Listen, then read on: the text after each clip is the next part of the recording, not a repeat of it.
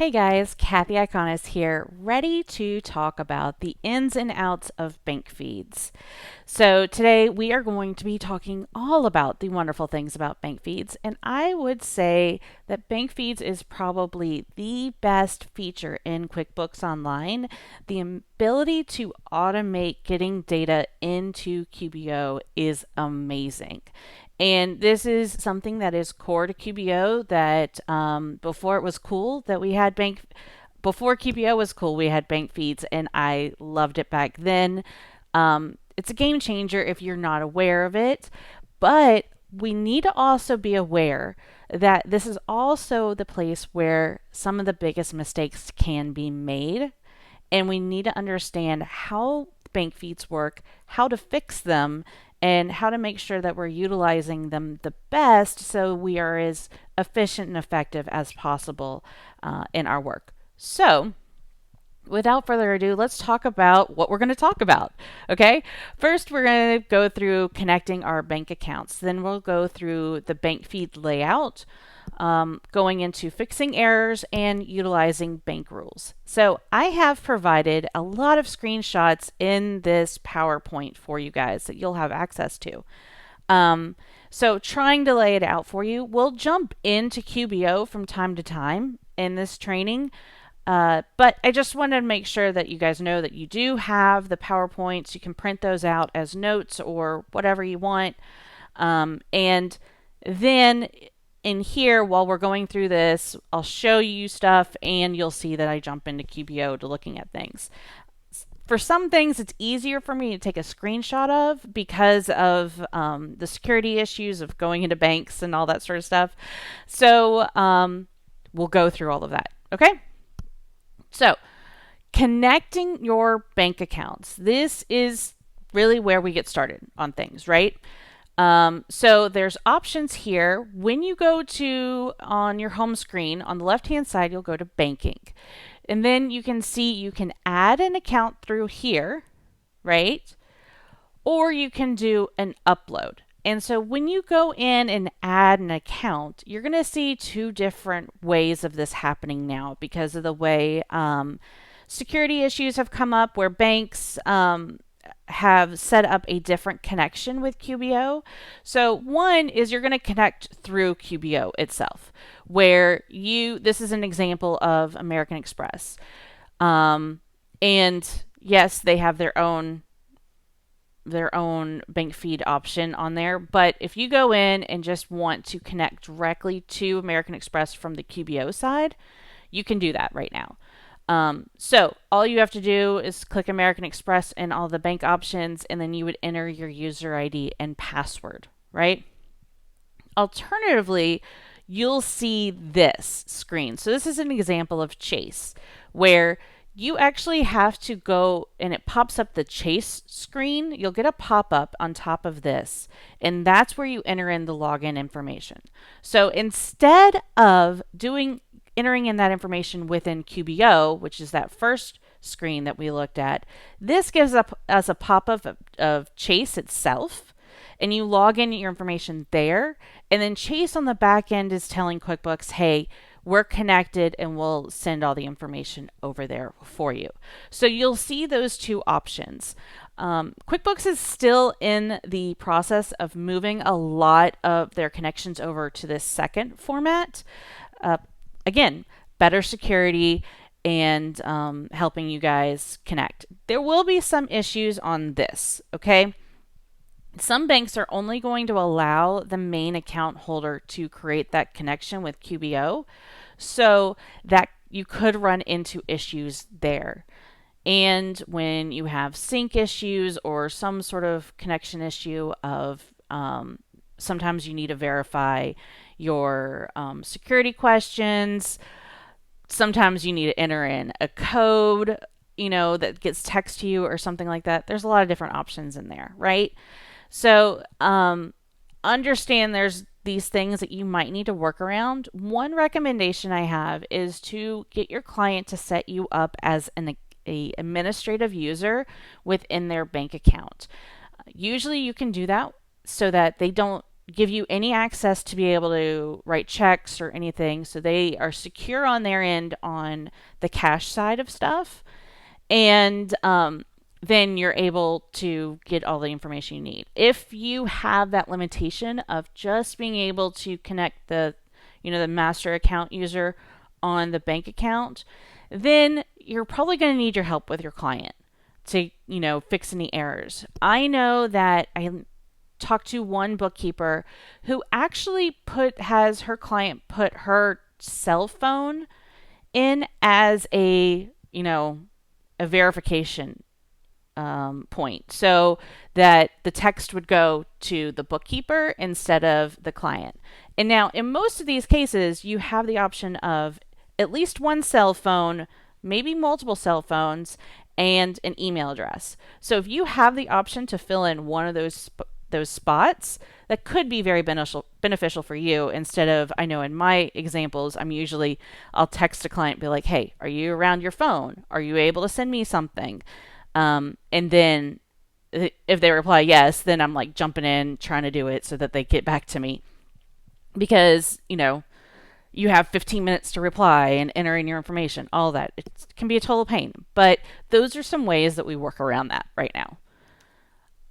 Next, if you need to import prior transactions, or if there's something wrong with your sync, and you need to enter in transactions for a specific period or something like that, you can import different files then they show up in that bank feed area for you to code the transactions. Again, cutting down time on data entry.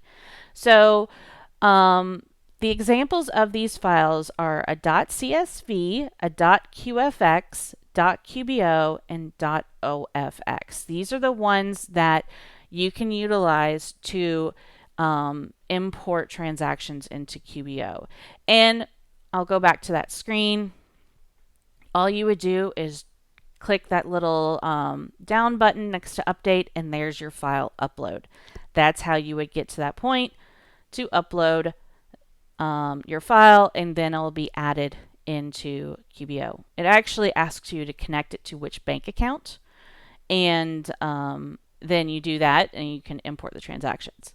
Now, I've recently had to do this where I missed. It's actually on an account where there's a sub, on a credit card where there's a sub account on there. It's not currently connected. I don't know what's going on with it. It's being weird. And I'm missing that sub account's transactions. I have a current connection to American Express, right? But I needed to pick up 10 transactions for this other account user that was on the account that didn't come in. I was able to go in, pull a file, right, and then go to the upload, and it didn't overwrite my current connection to the bank. It let me supplement that connection and add in these transactions that I wanted to. So I was worried I was going to lose that connection. I didn't. So definitely, if you miss something or whatever, you can go back to the financial institution, get your file, and then upload it, and it won't impact your current connection on it. So here's an example on a bank account. So this is BB&T, right? And I can come in, I found a place that says export history, right? And say what my checking account is. I have a start date and end date. It usually allows you to go back further than a normal bank feed connection. So if your bank's really cool, you might be able to go back a year, 2 years, something like that, to pull in all these transactions. Super awesome there. My screenshot didn't work out so well when I did this, but it gives me the options of what kind of file do I want to use: CSV, QFX, or .qbo. Now, going back to this, right here, you can see we can use any of those, okay? Even though it says Quicken QFX right here, it's fine. I prefer the .qbo file. That's what I always look for, but even if it says Quicken or whatever, it's still going to work. You're going to be okay, right? And then you just click export. It exports a file to your computer, and you come back to your import area in QBO and import it, and then it just looks like the bank feed where you have transactions ready to go. Awesome. Okay, so let's get into the bank feed layout itself. Okay, so there's a lot of things going on here, and it's really important to understand how this all works so that you avoid errors. And like I said, most of the times when I have new clients and looking at cleanups and stuff like that, the issue is going to come in that they didn't understand how the bank feed operates. While it looks very intuitive and everything, you can easily make mistakes. And by making those mistakes, you can really mess up your file. So let's go in and have a really clear understanding of how all of this works first. So this whole layout, this whole screen, we're going to look at our account cards first. These are the nice little cards we have shown here, right? It will show us what the bank balance is. It will show us what's in QuickBooks. So you can see there's definitely a difference here, right? You can see the last time it was updated right here, right? And then if you're connected to the bank, you got all of this. If there's any transactions to review, you would see them there. So there's our card layout right there. Update is where every time I come in to do process bank feed stuff, I always go to update first. And that's just because you never know if it was recently updated or not. I just push through. I know we've had a lot of errors recently with the bank feeds. So sometimes I just go ahead and push update to see if they'll just like clear out the errors on themselves. And if not, then I'll go in and start looking at stuff. The transaction view will go over in more detail, and the transaction layout and the options of how you record these transactions we also will be going through. So if you want to change the order of these cards that I have here, there's two places you can do it. When you do your little drop down right here, you can rearrange your accounts. So you can put in checking account first and then go through credit cards or something. Well, also on the home page, you can come in, and on the home page on the right side, you see the bank accounts. You can click that pencil, go in and edit, and you're able to move those accounts around there. So two places if you want to move them around. The reason you would want to move them around is if it helps you with your workflow and it just makes it faster for you. I know for ages, I really didn't move them around. I just let it be. But I can see the situation where if you have a ton of accounts or something like that are connected, maybe you want to start with the checking account and you just keep on moving on because you'll get a little arrow and it just keeps on going that way off to the side. Actually, one little tidbit in here, while I'm in this banking area, I'll come over to banking. If you don't want to see those cards, there's this little arrow over here and you can do that. So you could technically just go by this listing and see everything. So if you want a little bit more space or just don't want to see all these little cards and stuff, do that. But again, you won't see this difference between the bank balance, what's in QuickBooks, last time it's been updated, all of that fun stuff. So, okay, let's go back to our PowerPoint. Okay. Now, like I said, when I first go in to the bank feed, every time I go into the client's accounts to process the transactions, the first thing I do is click update. There is a rhyme and reason to how the accounts are updated. I'm just not exactly sure of all of that. I know there's some accounts where it is supposed to update automatically, but I feel like it's because I'm the only one that goes into the account and it's barely looked at that QBO is like, it's just too much work for me, So it only updates when I push it to update. It's a bank feed connection. It works, but for some reason, because it's just me, it does that. And then also if you haven't updated for a while, right? And you haven't done anything in QBO. So like if your client starts an account, connects all of their things, and doesn't touch it for 3 or 4 months, it might not still be updating every um, day or week or whatever. But because it has that connection, it could possibly, as long as nothing went wrong with the bank feed and connection, all that stuff, it could possibly, as soon as you do update, go back for all of those months and pull in those transactions. So could be a lifesaver, even if your clients aren't going to touch the account. Go ahead and connect these and see how that works, because might save you some time from having to download the file and upload it and all that fun stuff. So okay, now let's look at the transaction view here. So what I want to call out first are these 3 areas. Okay, as you can see, for review in QuickBooks and what is excluded. So for review, this is everything that has not gone into QuickBooks Online yet. Okay, this is what we see every single day and we're processing and going through. What's important here is when you look at reviewed, that's actually what is in QuickBooks, what we've gone through the bank feed and what we have processed and put into QuickBooks, okay?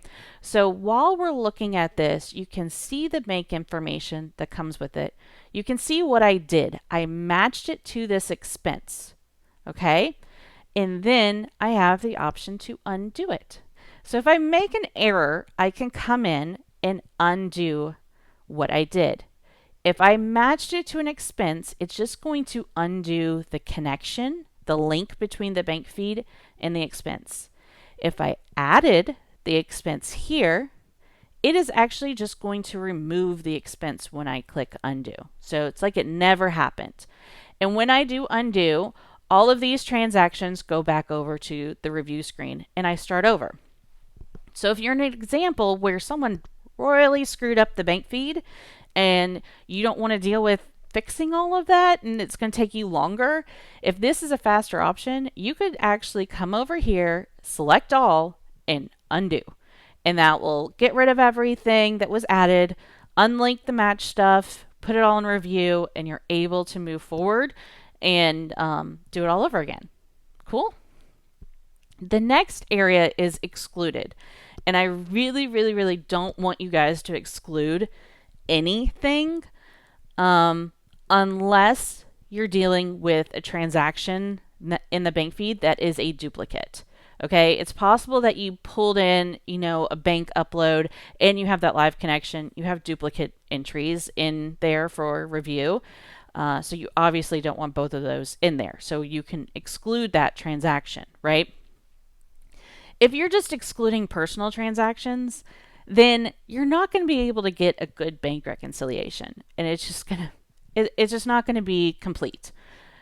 So don't exclude those things. If you have personal transactions, book them to an equity account or a shareholder loan or something like that. But keep that in there so that you can do a complete bank reconciliation, because that's really, really, really important to be taken care of while you're doing all this stuff. So again, don't exclude a transaction unless it's a duplicate situation, and by adding it, it's going to mess up your bank feed, your bank reconciliations. Same thing here. If you go in and you do it, exclude it, and you want to undo that, you can do that. You can also batch undo here, and it'll take care of everything. So that's these 3 areas that we're worrying about there. Next, let's look at the transactions themselves. So I have these all numbered out. So one down here, so when you click on the transaction within the bank feed, I feel like it's important to look at this. Don't get click happy, because when you get click happy and just start clicking all this sort of stuff over here, this is where we run into issues. Okay?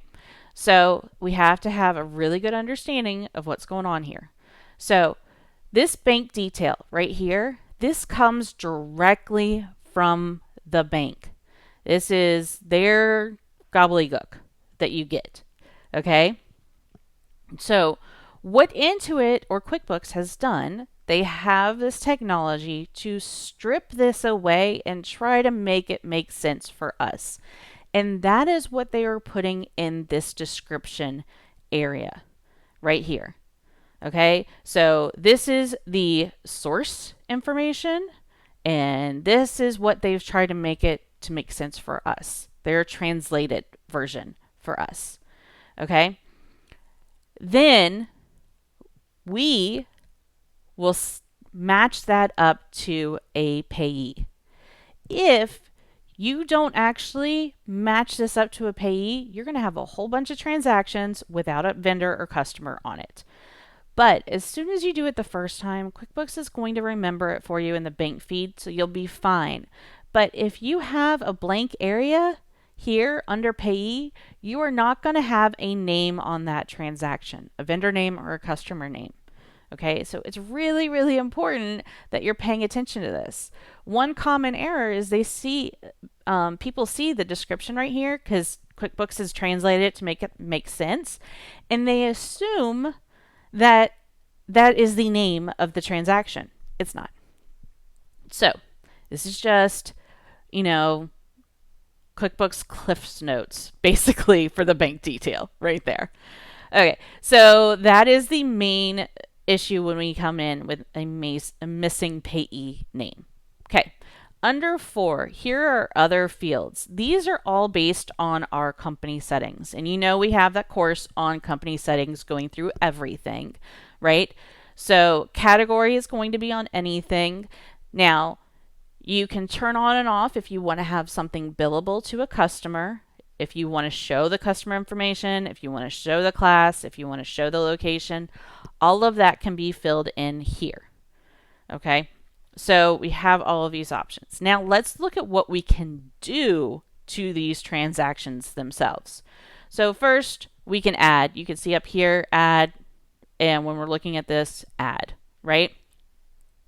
We'll have match is the next thing. So it's found a transaction within QBO that we think it's the same thing, and we want to match it. Just be careful about matches because it's really easy to match to the wrong thing. You want to make sure that the date is pretty similar because this could say 4/2/2019 or 2/2/2019 and it wants to match it up to the March one. That would be a wrong match, okay? If you're getting that wrong match, you can come in here and click Find Match. And then that gives you a screen where you can do more searching and stuff. So let me show you that. Let's come in here. So if I come in here and so it has that match, right? And now it's going to find other records. So now it's going to look through QBO and see what all options I can have. It auto defaults to a certain time frame. So if this goes back even further, or you want this go, a bigger time frame on things, you can do that, and it'll give you more options to possibly match this too. So you have that. If you are running into, if there's a difference on your match, let me see if I have one. Find match. Okay. So, and we'll just make that today. See if we got anything that we can match it to. Oh. So you could potentially match something to an undeposited funds or an invoice or something like that up here. And if it doesn't match exactly, you can click this resolve area. And when I do resolve, it gives me the individual line items. So it's like I am adding lines to this transaction to say like there's 3 things or 4 things to match something up, right? Then I can add a new transaction line. So I can make this like 302 and then do -$3, and that gets me -3, sorry.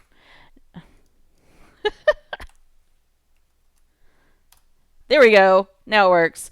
So now my difference is 0. What's happening, I could do this to revenue, put in a client, put in that same client, and this is like bank fees, right? So now I can say it's this total amount, and I'm resolving that difference by putting in an expense, which would be a negative revenue, right? But I'm coding it to an expense account here. And it equals that $299 right there. So you can just save it. And that's the way that you can find that other match on things. So you have flexibility in there when you are looking for matches, and it doesn't have to be the exact same dollar amount that you're matching to, because it could be several lines, including positive and negative lines that all add up to whatever you're trying to match it to. Now, number 3 is transfer. So within QBO, when you are creating a transfer transaction, let me go over here. A transfer is going from one bank account to another bank account, or a bank account to a credit card account. Really, in QBO, what they see this as, and I'll scroll through, it is a balance sheet account to another balance sheet account. Okay? That's all transfers are, our balance sheet account to a balance sheet account. So, I'm not always the biggest fan of the transfer transaction. You can get to the same end result on your financials by just utilizing the expense transaction, right? You can do transfer one account to another account right there, right? The reason I like to do that, let me get back over to our thing. The reason I like to do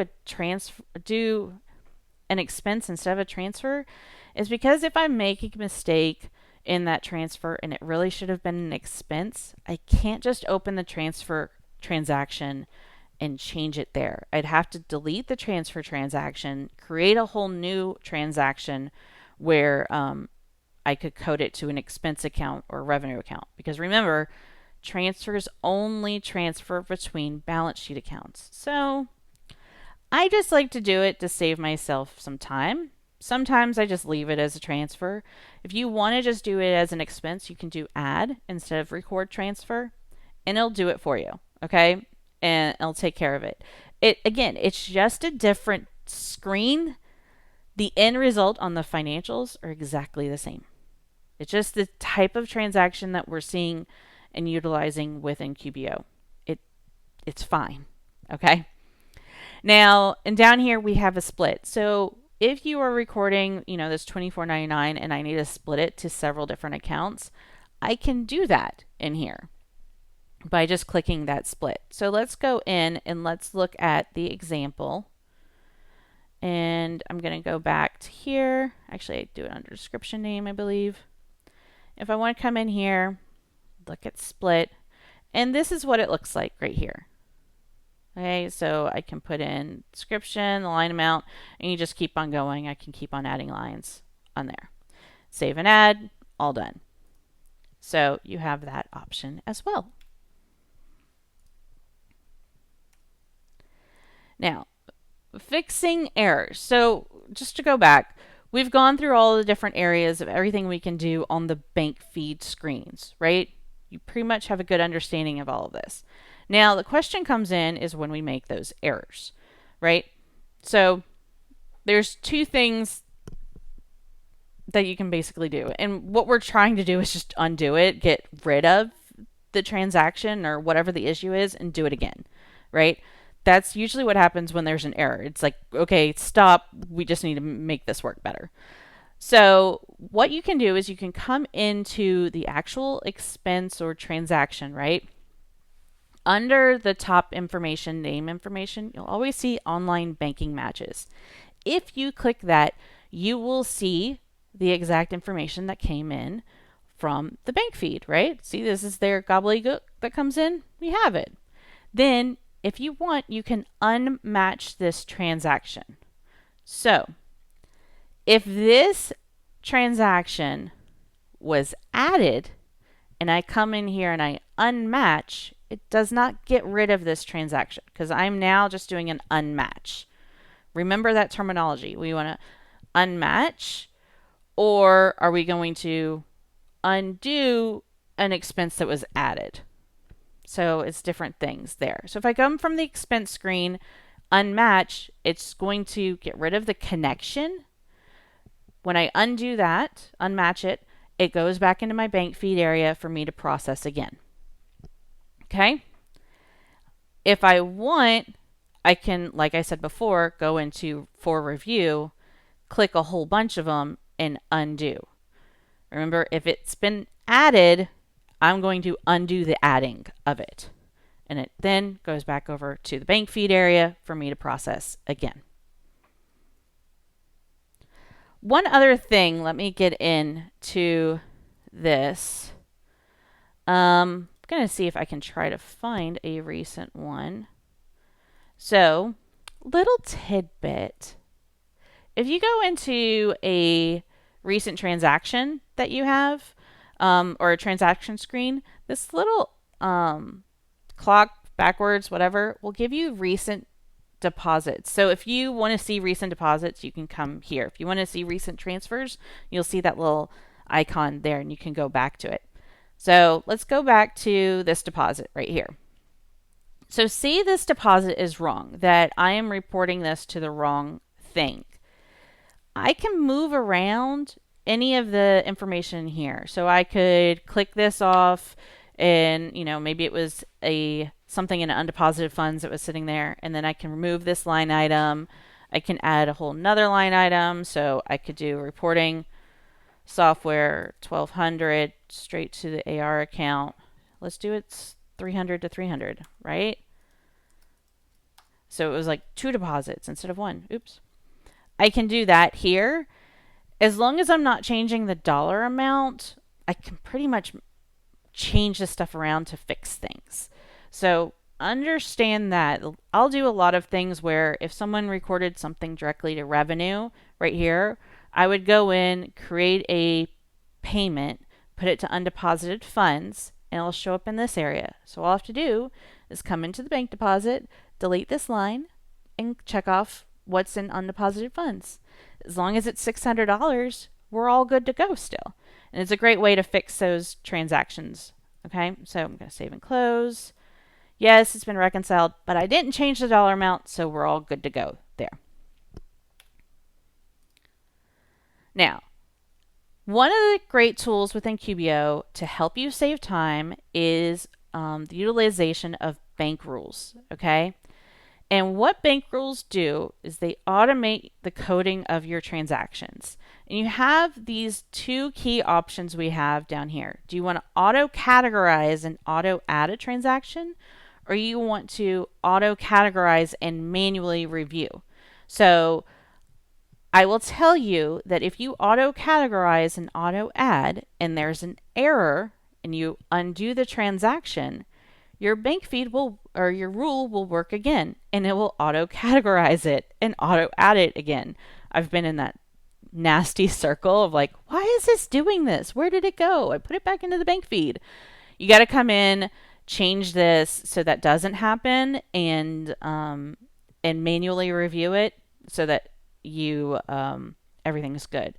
I recommend that when you start using bank rules, just start out with manually reviewing them. And once you get an understanding like, hey, I set this up right and it's all good to go, I don't really see any errors, at that point, consider putting in on the auto add. But, make sure all this stuff is working the way it's supposed to, okay? So when we're in bank rules, we're going to have a rule name. You're going to have, let me actually run into the options in here, so you can see all the drop downs. So you can only do a money in or a money out. You can't do it for both on here. You can say what accounts you want to utilize for, for QuickBooks to look at. Then you can say, does a transaction need meet all or any? Most of the time you're going to want to do all on here. Then Down here we have bank text, description, amount. This is another key point. Remember, the bank text is the exact source information that comes from the bank. The description is Intuit's translation of that bank text. I prefer going right to the source on things. So either way should theoretically work, but why not go to the first source and utilize that? So when I'm going through the bank feed, I will like copy some of the exact information that comes over and paste it into my bank feed, my bank rule right here. You can say contains, doesn't it contain, all of this. You have a ton of options here. You can add lines and stuff like that. What are you going to create? An expense, a check, a transfer. So if I had a money in, it would create, a credit card credit or a transfer there. So money out, we're going to keep that. Payee category. Do we want to do a split? You can do a percentage split of things. You can do a dollar amount split of stuff. Again, a ton of options here. Okay. So I'm going to do 100%. Oh, don't hate me. There we go. I got rid of that. Okay. You can put in your category, class, location. Notice that it's not giving me the customer information, the ability to, assign a customer or make billable here. So be aware of that. I can put in a location or a class, and I can bring in the memo, and you can turn on the rule or turn off the rule here. One other thing you can do, so something I've done in the past, if you have gas station expenses, I'll say if it's over $40, code that to fuel. If it's under, code it to meals and entertainment. So you can kind of, play around with that sort of stuff in there. You can only have the name can only be used once. So you might have to do like some other options like over $50 or, something to explain it all. So then we have you'd have a list of all of your rules here. You can come in, edit, you can copy the rule, so you can copy it and then make a little changes so you have, one that's just a little bit different. We can reorder the rules so that you can see what priority something takes. So if you have some, I'm trying to think, if you want to book everything over $1,000 to a certain account because it needs to have some support added to the transaction first, you can do that and move it up first. So if that happens all the way, you have it in an account that you're going to deal with or keep in the bank feed or whatever you want to do. And then you can auto categorize everything else. That's an example. I don't know. So you have those options. One other thing to know is that you can export these rules and you can import rules. Okay? The thing that's important to know, though, is that the vendors need to be the same. The accounts need to be the same. Anything that you're filling in pretty much needs to be the same. So it's something you want to look at and consider. There is, when you're doing it, you can manipulate it a little bit more. Just know that it's not like 100% perfect when you're exporting and importing on things. Okay. And that is the end of our bank feed ins and outs, everything that we're talking about within the bank feed area. So again, be careful with going through it. Don't get click happy. There is so much efficiency by utilizing the bank feed. And let me go back over to it. There's so much efficiency by being able to do this that it's okay to spend a split second to go through these transactions and make sure they're right. You can do a lot of batch transactions. So if you're importing a whole bunch, you can click these things and say, okay, I'm good with that, and I'm going to accept those, right?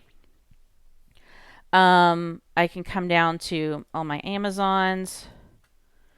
I can click all of these. They're all into the right place, right? If I want, or do I want to modify the selected, and I can change all of the categories to something else, like let's go to marketing.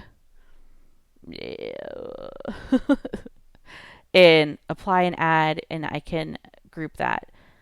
So the sort and filter option is great on here. So you can just look at the stuff that's spent or just the stuff that's received, just everything that's recognized or not recognized. All of this sort of stuff, when you can group it together like this, it can save you a bunch of time if you're having to import a ton of transactions on things. But make sure you understand what all the transactions are and you are matching them up well. Because if you just sit there and just, do this and say accept everything, you could end up with a huge mess on things. So do take that split second reviewing this stuff. But I'm telling you, Bankfeed is awesome, cuts down on so much time getting these transactions into the books. Okay. Thanks, guys, for your time today, and be on the lookout for our next sessions, helping you with everything QuickBooks Online. Okay. Thanks, guys.